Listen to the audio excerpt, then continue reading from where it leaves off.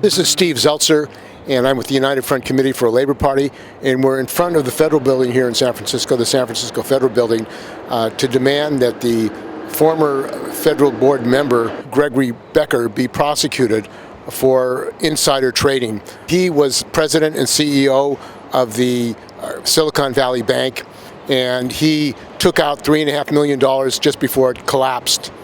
And we believe that, first of all, that's insider trading, and he needs to be investigated and prosecuted.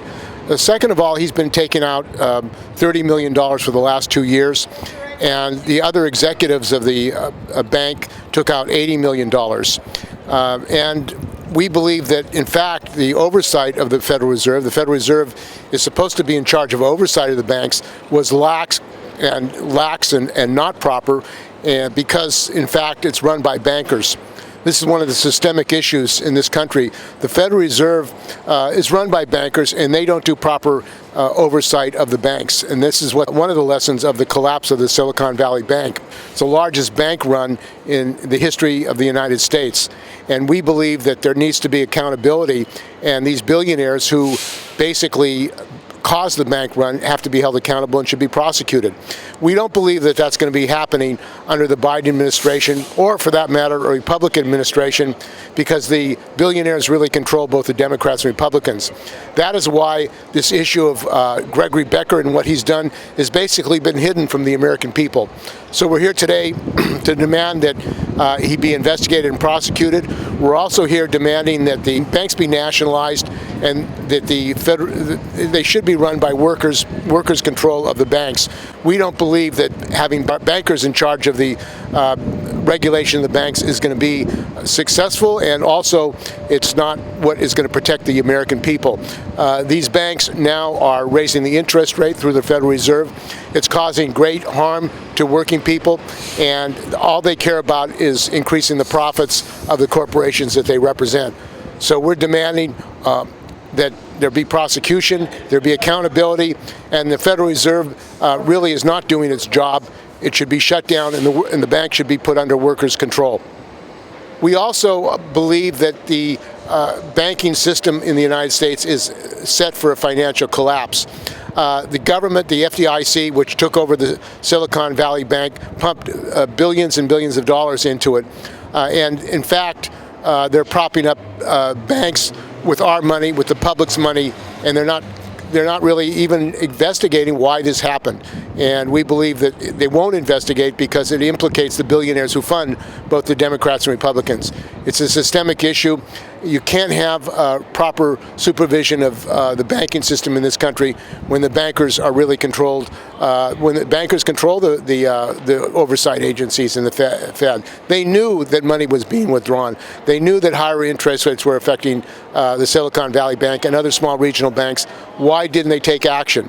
And we believe the reason is that, in fact, they're compromised, and they represent the billionaires, and they represent the people who really own the banks. The regulator, which was supposed to be in charge of the Silicon Valley Bank, run by CEO and President Gregory Becker, they didn't do their job, and it turns out that Becker was a member of the board of directors of the Federal Reserve. He resigned on March 10th after taking his money out of the bank to protect himself, not the stockholders. So one of the things that we have in San Francisco is a speculation by the bankers. You have a lot of empty buildings now in San Francisco, and the likelihood is they're not going to be filled up. And they're empty, and a lot of them are going to go into bankruptcy. They're buildings at the same time. There are thousands of homeless people in San Francisco. People can't afford housing, and people are being evicted from their homes in San Francisco, in California, and around the country. The evictions are causing more tent cities.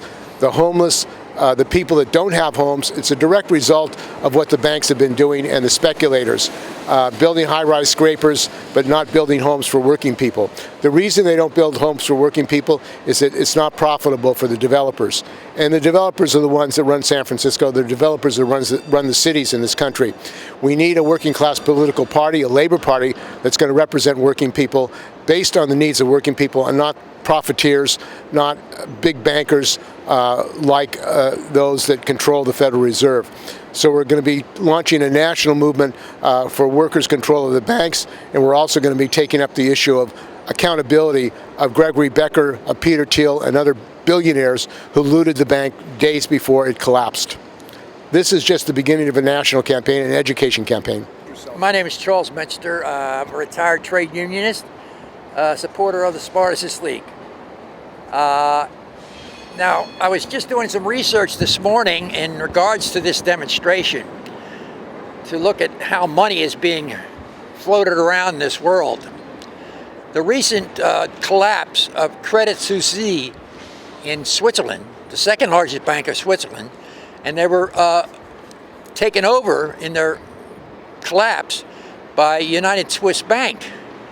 Now, the combined resources of this bank now are twice the economy of Switzerland. Twice the economy of Switzerland. So in other words, the country of Switzerland could be bought and sold by this bank. That's how much money they got. I also did some research this morning about what is the gross world product. That's production, yearly production around the world of all goods and services. The CIA, which is probably pretty good as far as figuring out the statistics, estimated it at $127.8 trillion in 2021. In 2021, there were floating around in this world $192 trillion worth of derivatives. And these derivatives are what hedge fund managers and the super, ultra, super rich play with to make money. They produce nothing. They bet on how much the unemployment statistic is going to rise or lower. They bet on the interest rates rising or lowering. Don't create anything at all, but make money. This is money that's not going to help the world live in a better way, but to get these richer people richer. So this is the state of the world economy, while people are suffering throughout this world. Some facing starvation every day, and here in this country, unemployment, drug abuse, struggling to get the right health care, struggling to get a decent job. Some of these young people today are working 3 jobs just to maintain a bed in an apartment. So this is the state of the economy today. The rich are getting richer, and we are getting poorer, and the banks are running this society. And they're in debt up to their eyeballs. And we have yet to see the fallout from the bank failures. Thank you.